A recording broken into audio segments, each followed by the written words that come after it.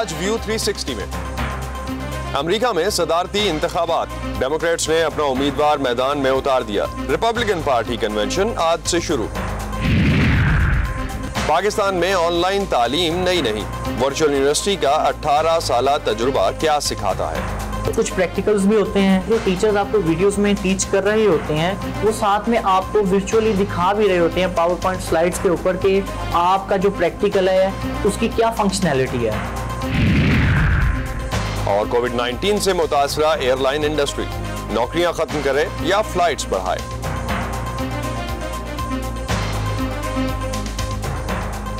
Voice of America Washington سے آپ سب کو خوش آمدید۔ آپ دیکھ رہے ہیں پروگرام ویو 360۔ میں ہوں اسد اللہ خالد۔ امریکہ کے صدارتی انتخاب میں 70 دن رہ گئے ہیں۔ آج سے ریپبلکن پارٹی کا 4 روزہ کنونشن شروع ہوگا، جس میں صدر ٹرمپ کو باضابطہ طور پر پارٹی کا امیدوار نامزد کیا جائے گا۔ کورونا وائرس کے سبب یہ کنونشن بھی بڑی حد تک ورچوئل ہوگا، جیسا کہ گزشتہ ہفتے ڈیموکریٹ پارٹی کا کنونشن تھا۔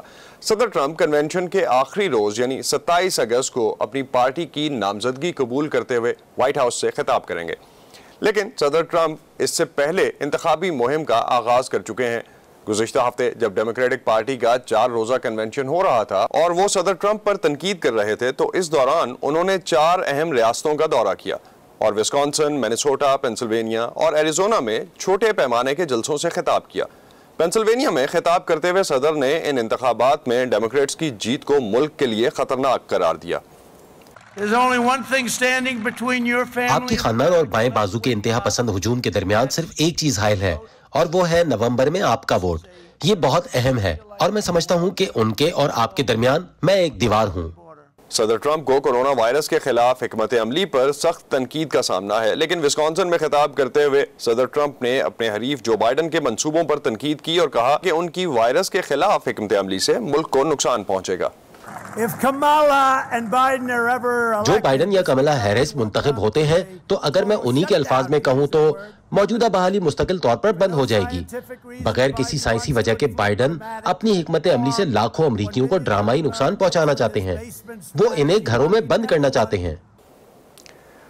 اگلے 4 روز تک ریپبلکن پارٹی کنونشن کے دوران اپنا ایجنڈا اور صدر ٹرمپ کی حمایت میں پیغامات پیش کرے گی۔ آئیے ایک نظر ڈالتے ہیں ان سے پہلے اپنے 4 روزہ کنونشن میں ڈیموکریٹس نے ووٹرز کو کیا پیغام دیا، جس کا جواب اس ہفتے ریپبلکنز دیں گے۔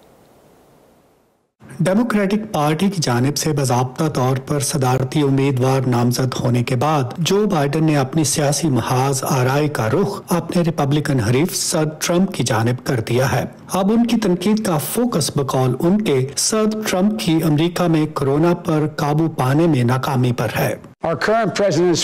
ہمارے موجودہ صدر قوم کے لیے سب سے بنیادی ذمہ داری پوری کرنے میں ناکام رہے۔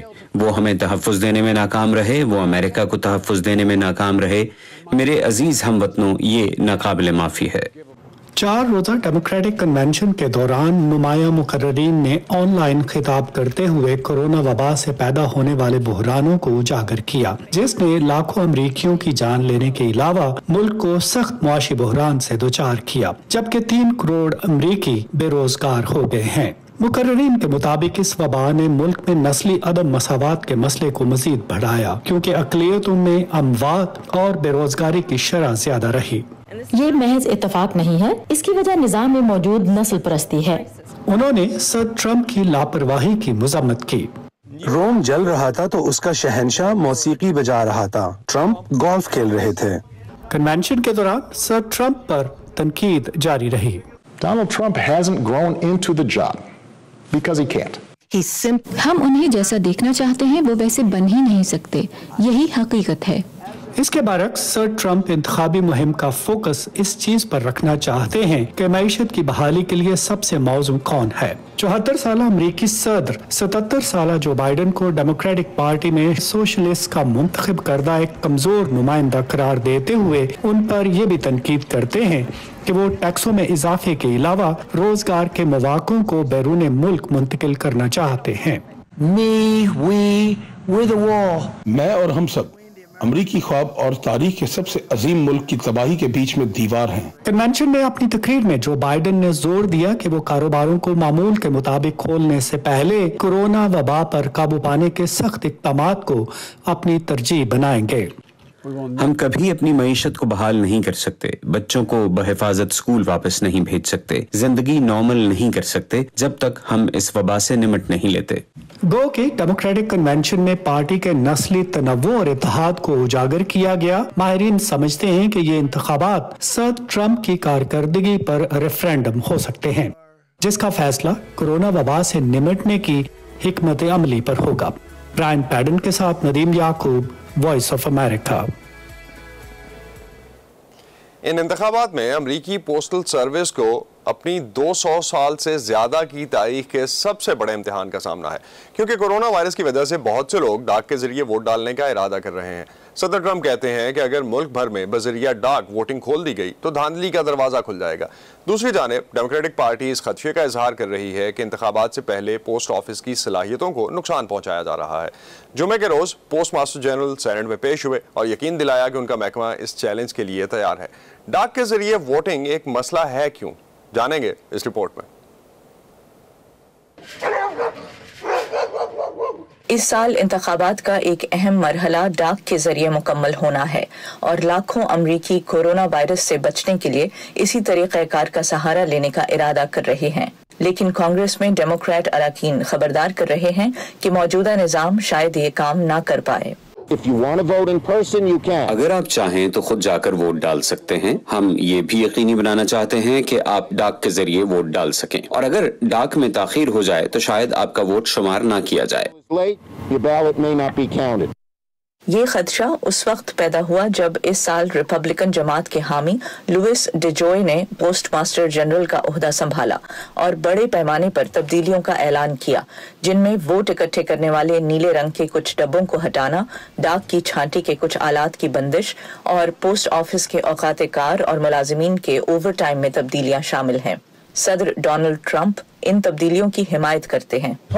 پوسٹ آفس اسی طرح کام کر رہا ہے جیسے پہلے کرتا رہا ہے۔ صدر ٹرمپ کی اس سے پہلے بذریعہ ڈاک ووٹ ڈالنے پر تنقید کے باعث ڈیموکریٹس نے لوئس ڈیجوئے کی جانب سے لائی جانے والی تبدیلیوں کے بارے میں کہا ہے کہ یہ ارادتاً اور بذریعہ ڈاک ووٹنگ کی حوصلہ شکنی کے لیے کی گئی ہیں۔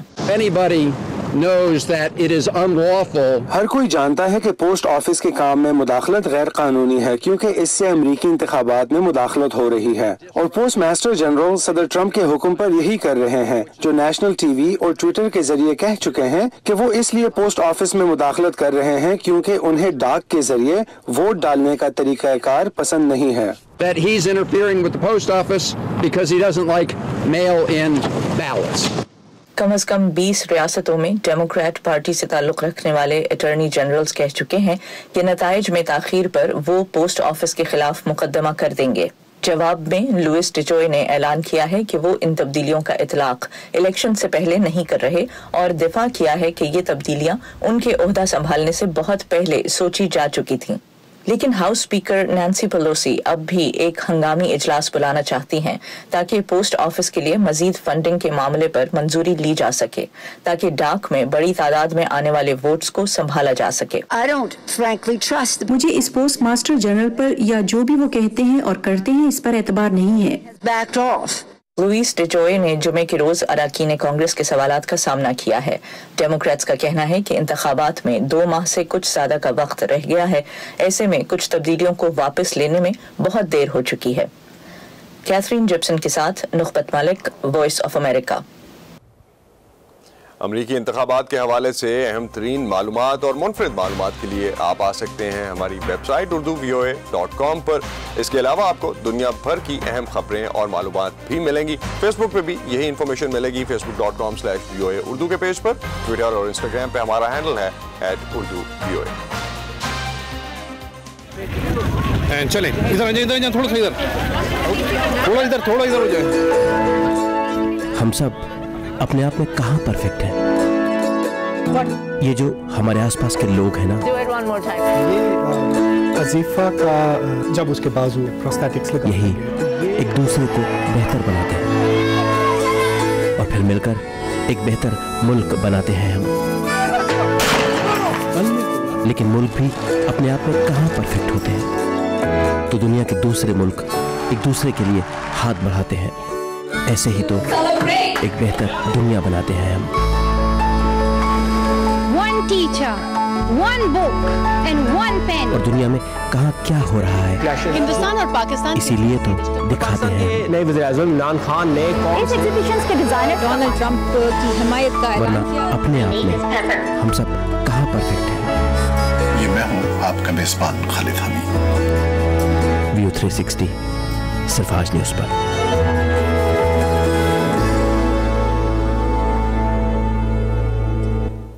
پاکستان میں آن لائن تعلیم کا نظام نیا نہیں ہے بلکہ 18 سال پرانا ہے. جب ورچوئل یونیورسٹی پاکستان کی پہلی جامعہ بنی جہاں انفارمیشن اینڈ کمیونیکیشن ٹیکنالوجی کی بنیاد پر تعلیم ریڈیو ٹی وی اور انٹرنیٹ کے ذریعے دی جاتی ہے. اب تک 65,000 طالب علم اس یونیورسٹی کے ذریعے آن لائن تعلیم مکمل کر چکے. لاہور سے سمن خان ہمیں بتا رہی ہیں کہ آن لائن تعلیم کا نظام پاکستان میں قابل قبول بنانے میں ورچوئل یونیورسٹی نے کن چیلنجز کا سامنا کیا.